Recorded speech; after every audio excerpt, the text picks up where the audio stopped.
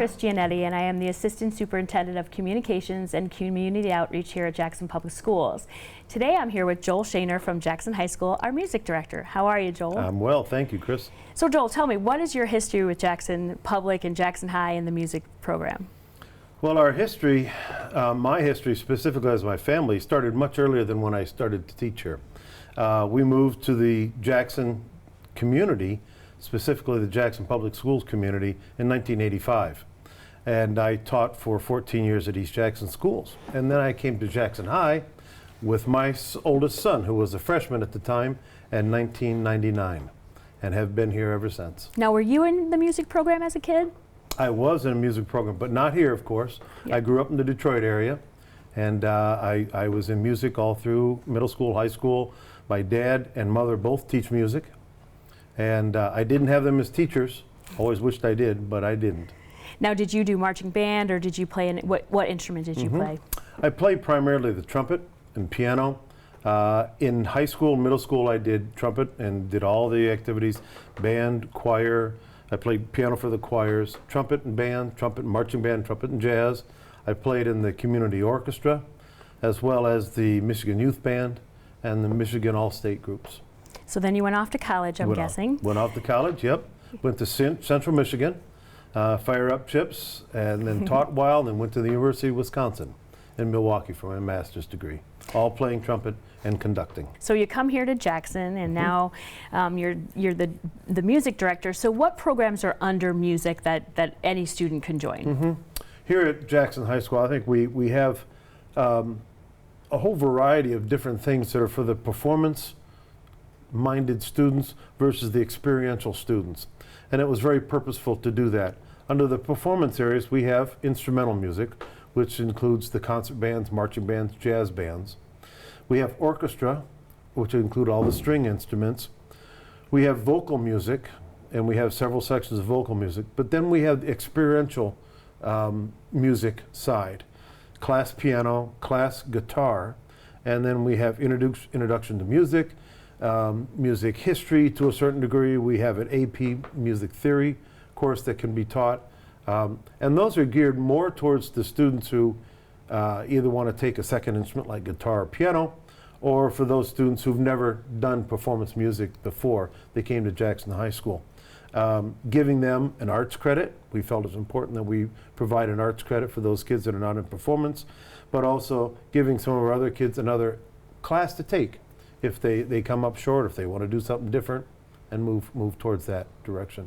Is there like a feeder program at Parkside that you start them in band and some music classes at Parkside, and then they kind of develop the interest and continue on through the high school? Yeah, that's quite often the way it works in all of our school districts, and whether they come from Parkside or Paragon or Trinity Lutheran or any of the other schools around the community, they all have some element of music, either applied instrument, which is band and orchestra and choir, or they have taken lessons, for example, string program through the strings at Jackson Youth Symphony and the Jackson Community Music School, and or they've taken the vocal music through the general class, and they come through their programs. We do have a course here at the high school, and I currently have a couple students in it, and another that'll take next trimester.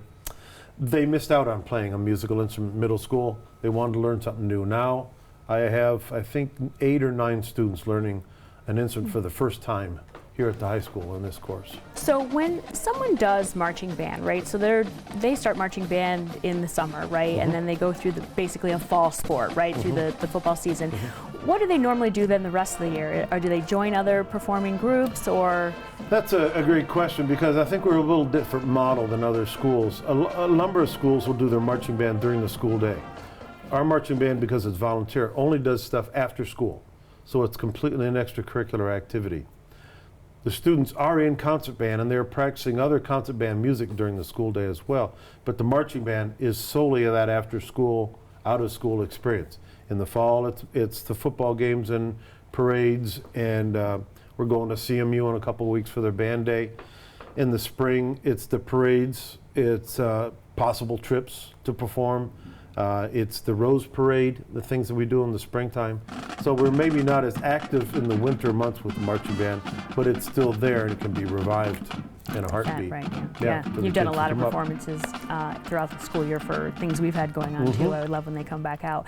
Now, the marching band also travels once every 4 years, although I think it's been a while, right? Yeah, it has been Yeah. 4 years though. Yep. We have a trip proposed this year back to Tampa. Nice. We'll see if it turns out. It's a pricey trip, and we're always looking for help for sponsors, but we're trying to get those numbers together, and we'll actually know in a couple weeks whether it's a happening or not. And make sure everybody can go, correct? And make Yeah. sure everybody can go. It's about getting everybody to go along. Right, Yep. and they play in the Outback Bowl, right? Is that the one that you apply Yep. for, and then you have to apply for it, right? You don't Yeah, just get you to be have to in, apply right? for that a year ahead in advance. Well, year and a half advance before you plan it. And actually, it's not called the Outback Bowl this year. Oh, what's the change The to? Outback is no longer a sponsor. It's called the Tampa Bay Bowl, Oh, okay. sponsored by the business people in Tampa and all the downtown businesses. So it's all, they pooled their collective and are doing the sponsorship this year for it. Just another COVID change, I Another would say. change, yep. I would say. So tell me, you've been doing this such a long time, and I'm sure you have moments where you have felt just unbelievable pride and joy for your job. Can you tell me about some of those moments that have most ingrained in your memory? Oh, there are a lot of them, and you're right. And it's the benefit of having taught for more than 1 year. But every year and every time and every situation, every rehearsal is new and fresh. For example, today in our cadet band, which are the newest and youngest students in the school, we played their first note. They had their instruments today for the first day. We played a note, and it's like it's all new again. Right. Those are the really, really fun things that I remember every year. The first note of a group, the first note before a performance, being on stage and sharing that moment. You mentioned our school is very old. It was built in 1926. Our stage and auditorium has remained almost exactly the way it was. Different paint, different seats, but the stage is exactly what it is. The walls are exactly, the plaster relief is exactly there. So you can imagine what it was like when other performers and other high school kids have played on that stage.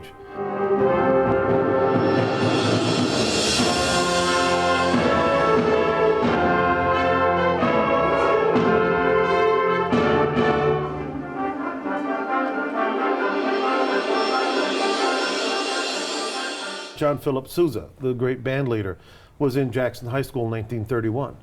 It was his last tour that he made, a train tour. He's at Ypsilanti High School, Jackson High School, and Muskegon High School on a train excursion trip. So I tell the kids, you're standing right where John Philip Sousa stood. You're the guy we play his music, and all these other great performers. People like Maya Angelou, and just all these great people that have been on our stage. Great people and spokesmen and musicians. And so that's the inspiring part. For me also, the other side is that I was absolutely pleased and thrilled to be able to share the high school experience with my 3 kids. All 3 of my kids went through the program, went through high school, played football and did sports and did swimming and did academics and academic games and all these other sort of things. But being here at the school at the same time with them, that was super. Really, really super time in my life.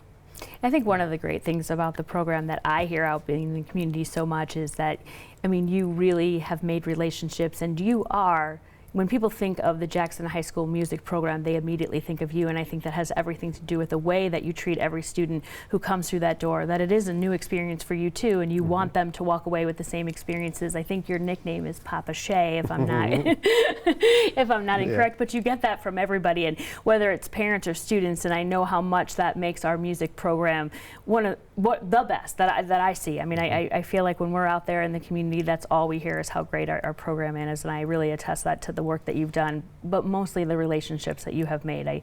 Everybody who goes through this program just has nothing but great things to say about you. So, we certainly appreciate that for sure. So one of the things that I notice is academics is changing, kids' interests change. We see some different interests in sports. Look at this room, we're in the esports rooms. Have you seen differences in the music world for kids, or different musical instruments coming, or different ways of expressing music, or have we just kind of stayed the same when it comes to music? I think that's a really great question. First, thank you for the compliments. I appreciate that. But the things that have changed have not changed. Silly way of answering your question. But the reality is, kids still perform music, and they still make a connection with music, whether it's through e-music, whether it's through beatboxing or rap or playing a guitar, piano, anything. It's still a felt art form where they feel something in here and they express it. And that has not changed. I don't think that much has changed in the way of kids' interests and wanting to do it. I find that sometimes the path they take towards it is quite different. We've had a former student named Marcus Norris who never played a musical instrument at Jackson High School, left Jackson High School, and because of experiences knowing other people who played, got very interested in music and is now doing his doctoral work at UCLA on composition. Wow, fancy. You know, we've had him back here to play, and we've performed his pieces in the symphony. We've had him here in the high school talking to our kids. And he'll tell the kids, hey, I really wish I'd played in high school, but I didn't. And that's all right. It just took me longer to get where I'm at. So now we are embarked in the season, and is there anything that you really need for your music program that you don't have, or that you'd like to ask the community for, or just to come to the performances? Come to the performances. Yeah, Come and see what we have here at Jackson High School. From our Friday night football games to our first concert coming up at Halloween, October 27th, the Halloween concert. It's a blast to come out. Little kids costume contest.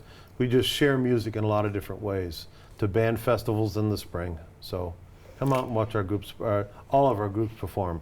Orchestra, choirs, jazz, band, everybody. So much opportunity. Now, if a student has already started school and they're watching this, and can they still get into music? Yes. Yeah. So anytime they can just join right in a program. The trick is we don't want them to lose credit in whatever course they're currently enrolled in. Right. So it may be a transition at the trimester. Right now, certainly we can make those jump, but we're still very early in the school year. And there's always another time, and next year, you know. I tell our students, don't let there be an open spot in your schedule. Right. Take something here at the school. Take that teacher you've heard about as a great teacher, even if you have no interest in the subject matter. And we try to tell them about that with music as well. Yeah, and I know you work pretty much 24/7. You teach all day, and you do all the extracurricular things. So we absolutely appreciate you here at Jackson Public Schools. I hope you know that. I think you are one of the gems that we have here at Jackson Public. So thank you very much. Thank you, Chris.